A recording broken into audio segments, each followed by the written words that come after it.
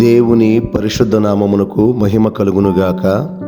గడచిన దినములన్నీ ప్రభు మనకు తోడుగా ఉండి బలపరిచారు. ఈ ఉదయకాలం కూడా ప్రభు తన వాక్యముతో మనతో సూటిగా మాట్లాడుచున్నాడు. వాక్య భాగాన్ని చదివి ఈ ఉదయకాలం దీవించబడదాము.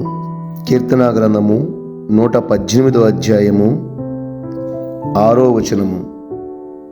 యెహోవా నా పక్షమునున్నాడు, నేను భయపడను. నరులు నాకేమి చేయగలరు? యెహోవా నా పక్షము వహించి నాకు సహకారి అయి ఉన్నాడు. నా శత్రువుల విషయమై నా కోరిక నెరవేరుట చూచెదను. మనుషులను నమ్ముకునుట కంటే యెహోవాను ఆశ్రయించుట మేలు. రాజులను నమ్ముకునుట కంటే యెహోవాను ఆశ్రయించుట మేలు. మన వ్యక్తిగత జీవితంలో ప్రభు గొప్ప కార్యాన్ని చేయాలనుకుంటున్నాడు. హేతువు లేకుండానే అనేకుల్ని మనం ద్వేషించవచ్చు. మేలుకు ప్రతిగా కీడు చేయువారు మన మీద లేచి ఉండొచ్చు. కానీ మన ప్రభువైన యేసుక్రీస్తు వారిని మనము అంగీకరించి ఆయన మార్గంలో నమ్మకముగా ఉన్నట్లయితే ప్రభు మన ఎడల గొప్ప కార్యాలు చేస్తారు. దేవుణ్ణి నమ్ముకున్న నీ మీద, నా మీద కారణం లేకుండానే అనేకులు శత్రువులు లేచి ఉండొచ్చు. కానీ ప్రభు మనకి గొప్ప జయాన్ని ఇస్తారు. యెహోవా మన పక్షముగా నిలబడి ఉండగా శత్రువులు వారి యొక్క ఆలోచనలు మన మీద ఏమీ కూడా పనిచేయవు. వారు బలవంతులు అవ్వచ్చు, జ్ఞానవంతులు అవ్వచ్చు, మన మీద కొండేలు చెప్పి కుటుంబాల్లో చిచ్చులు పెట్టి గొడవలు పెట్టేవారై ఉండొచ్చు.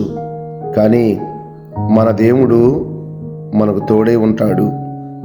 మనుషులను మనం ఆశ్రయించలేదు, రాజుల్ని మనం ఆశ్రయించలేదు. యెహోవా యందు నమ్మిక ఉంచి ప్రతిదినం ఒక నూతనమైన మేలు అనుభవిస్తూ నడుస్తున్నాము.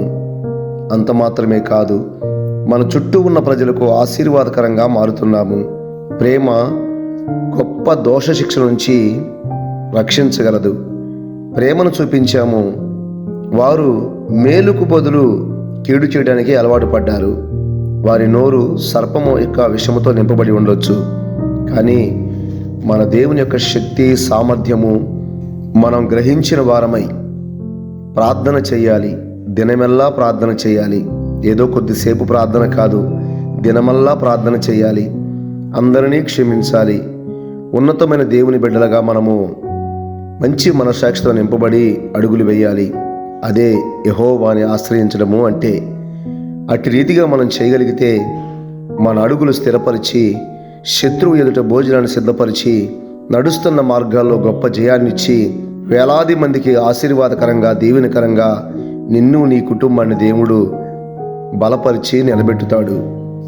విన్న వాక్యాన్ని హృదయంలో నింపుకుంటూ చిన్న ప్రార్థన చేద్దాం. ప్రేమగల తండ్రి, కృపగలిగిన దేవా, నీకు వందనాలు.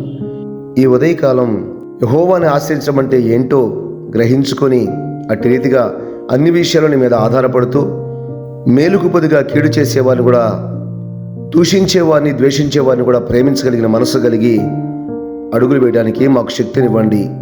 అంత మాత్రమే కాదు, మమ్మల్ని విమర్శించే వారికి కూడా మేలు చేసేలాగా ప్రార్థించే మనసు మా అందరికీ దయచేయండి. అట్టి కృప మాకు తోడుగా ఉంచమని యేసుక్రీస్తు నామములో ప్రార్థించుచున్నాము తండ్రి. ఆమెన్. మన ప్రభు అయిన యేసుక్రీస్తు వారి నిత్య కృప ఈ దినమంతా మనకు తోడుగా ఉండునుగాక.